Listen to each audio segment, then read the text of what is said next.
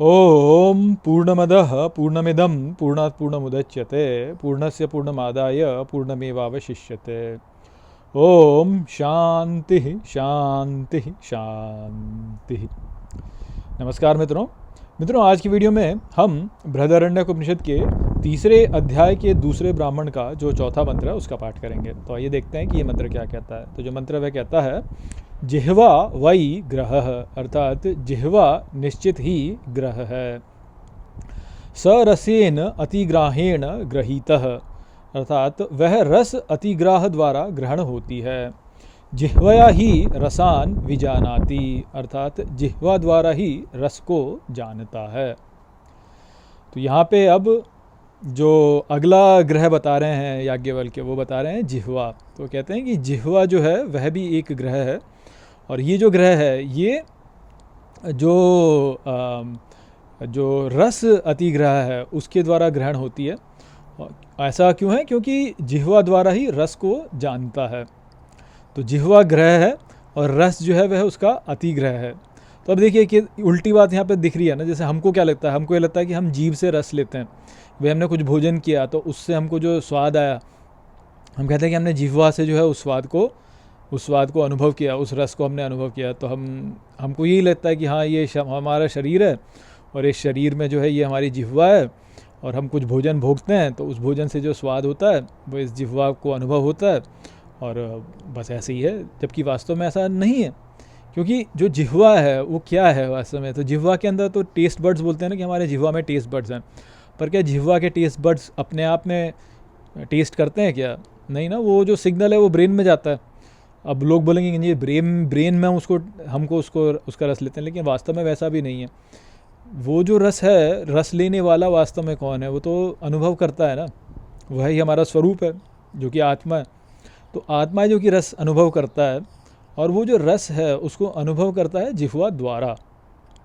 तो जिह्वा जो है वह हमारे शरीर में जो ग्रहण हुई है, जो जिह्वा हमारे शरीर में ग्रहण हुई है, तो वह जिह्वा ग्रहण हुई ही जो है वह रस के कारण है। क्योंकि रस है इसलिए जिह्वा है। तो ऐसा नहीं कि क्योंकि जिह्वा है इसलिए रस है, ऐसी बात नहीं है। रस है इसलिए जिह्वा है। ये बात यहाँ पे समझने की है कि जब आप भोजन भोगते हैं तो भोजन में रस है, और उस भोजन का जो रस होता है उसको जो है जिह्वा ग्रहण करती है, ऐसा हमको लगता है। किंतु वास्तव में जो जिह्वा है वो तो जिह्वा ही है। देखिए जैसे गीता में भगवान को जब अर्जुन जो है भगवान का विराट स्वरूप देखते हैं, तो वो देखते हैं कि उनकी जिह्वा जो है वह बाहर आ रही है और सब कुछ को ग्रहण करके अपने भीतर ले जा रही है। तो वो बोलते हैं ना कि आपकी जिह्वा ले ली ही, ऐसे बोलते हैं कि आपकी ले ली, यानी वो जिह्वा जो है आपकी, देखिए मैं देखता हूँ कि आपकी जिह्वा बाहर जा रही है, और इन सभी जो भी यहाँ पे योद्धा इस युद्ध में उन सबको जो है ऐसे चाट के अपनी ओर लेके आ रही है, और आपके मुख में सब प्रवेश कर रहे हैं। ऐसा उसमें दिखाया गया। और यदि आप जो दुर्गा सप्तशती है उसमें देखें तो उसमें क्या दिखाया है? उसमें दिखाया है कि जब रक्त बीज नाम का जो असुर था, जब वह युद्ध भूमि में आया तो सभी देवियों ने जो है उस पर प्रहार किया, और उसके प्रहार से जो है उसका रक्त धरती पर गिरा, और धरती पर उसका रक्त जब गिरा तो उससे जो है और नया एक और रक्त बीज उत्पन्न हो गया, और बहुत सारे रक्त बीज जो हैं वह युद्ध भूमि में उत्पन्न हो गया। तब जो है देवी अंबिका ने जो है तब माँ काली को बुलाया और उनको बोला कि अब तुम जो इनका सारा रस जो है इनका सारा रक्त जो है उसको चाट लो। तो देवी ने फिर अपनी जीभ जो है उसको आगे फैलाया, और सभी अन्य देवियों ने जो है उस पर प्रहार किया, और जैसे ही उसका रक्त गिरता तो देवी उस रक्त को जो है अपनी जीभ पर लेकर के उन्होंने जो है सारा रक्त, जो रक्त बीज का था वो सारा रक्त पी लिया, उसको रक्त विहीन ही कर दिया, और तब जो है वह उसकी मृत्यु हुई।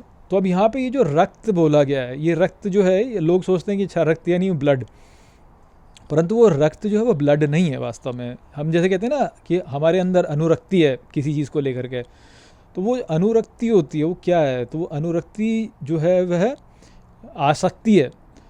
और आसक्ति, जैसे रक्त जो है, रक्त का कलर जो है, रक्त का वर्ण कौन सा होता है? तो लाल होता है, और लाल वर्ण जो है वह पैशन, आसक्ति या जुनून जिसे कहा है, वो उसका द्योतक है, उसको दिखाता है। वो लाल वर्ण जो है वह पैशन का सिंबल है। यदि आपको सपने में कभी लाल कलर का कुछ दिखाई दे तो ये मान लीजिए कि आपको पैशनेट दिखाई दे रहा है वो कुछ ही। देखिए जैसे महिलाएं जो होती हैं वह अपने होठ पर जो है लाली लगाती हैं, या वो अपने नाखूनों पर या हाथों पर भी लाली लगाती हैं। वो क्यों लगाती हैं? क्योंकि जो लाल कलर है उनका, साइंटिफिकली बोला गया है कि जो लाल वर्ण होता है, या वो गालों पे अपने यहाँ पर जो है लाल कलर का ब्लश लगाती हैं। तो वो सब क्या है? वो पुरुष के भीतर जो है काम वासना को उत्पन्न करने का ये बहुत बड़ा साधन माना गया आज के समय। होता क्या है, फिल्मों में जो जो आप दिखाते हैं, तो उनको कुछ भावना उत्पन्न करनी होती है ना, तो भावना उत्पन्न करने के लिए होठों को लाल और गालों को लाल किया जाता है, माथे पे लाल बिंदी लगाई जाती है। तो उससे जो है एक वासना, जो पैशन है पुरुष के भीतर, वो उत्पन्न होता है। तो लाल कलर का जो अपना एक सिग्निफिकेंस है वो है ही ये कि वो पैशन का सिंबल है लाल कलर। तो रक्त बीज जो था, उसका जो रक्त निकला, वो रक्त वास्तव में क्या है? वो पैशन है। जो हमारे भीतर एक पैशन है ना, ये हमारे भीतर जो अनुरक्ति है, हमारे भीतर जो आसक्तियाँ हैं, वो हैं। अब ये जो आसक्तियाँ होती हैं, ये आसक्तियाँ आती कैसे हैं? तो ये आसक्तियाँ आती ऐसे हैं कि हमको ये लगता है कि हम इसको लेकर के इससे हम कुछ भोगेंगे, तभी हमारे भीतर आसक्ति आती है। तो यहाँ पे जिह्वा का अर्थ केवल ये जो मुंह वाली जिह्वा है वो नहीं है।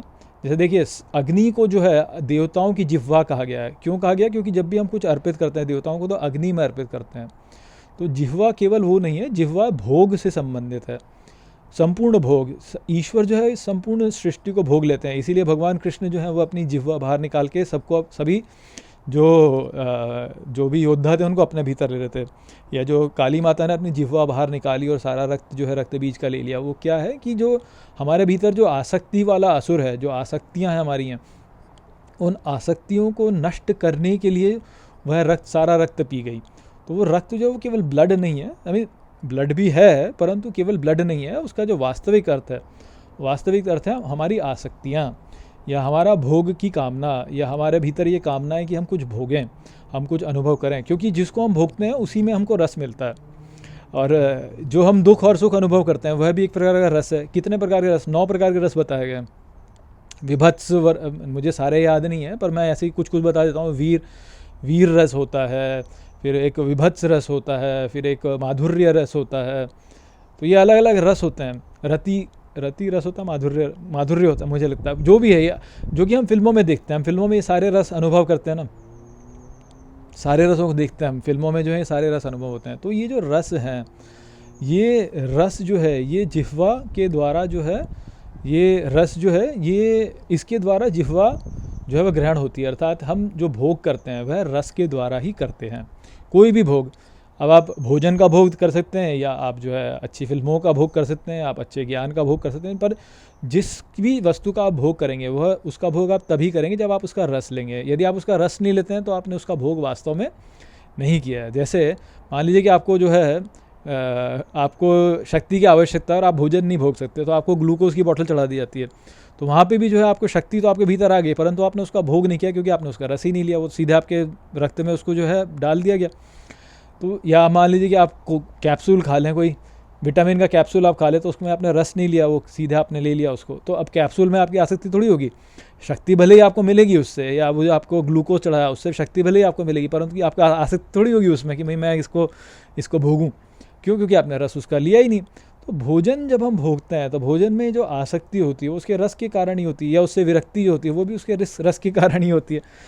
तो ये जो रस है, यही जो है इसके द्वारा ही जिह्वा ग्रहण होती है। वो बात यहाँ पे बताई जा रही है। तो ये थोड़ी फिलोसॉफिकल लेवल पे समझने वाली जो बात है वो इस प्रकार से है। तो वो संदेश था यहाँ पे। आशा करता हूँ कि ये मंत्र आपको ठीक प्रकार से समझ में आ गया होगा। चलिए इसी के साथ इस वीडियो को हम यहीं पे समाप्त करते हैं। नमस्ते।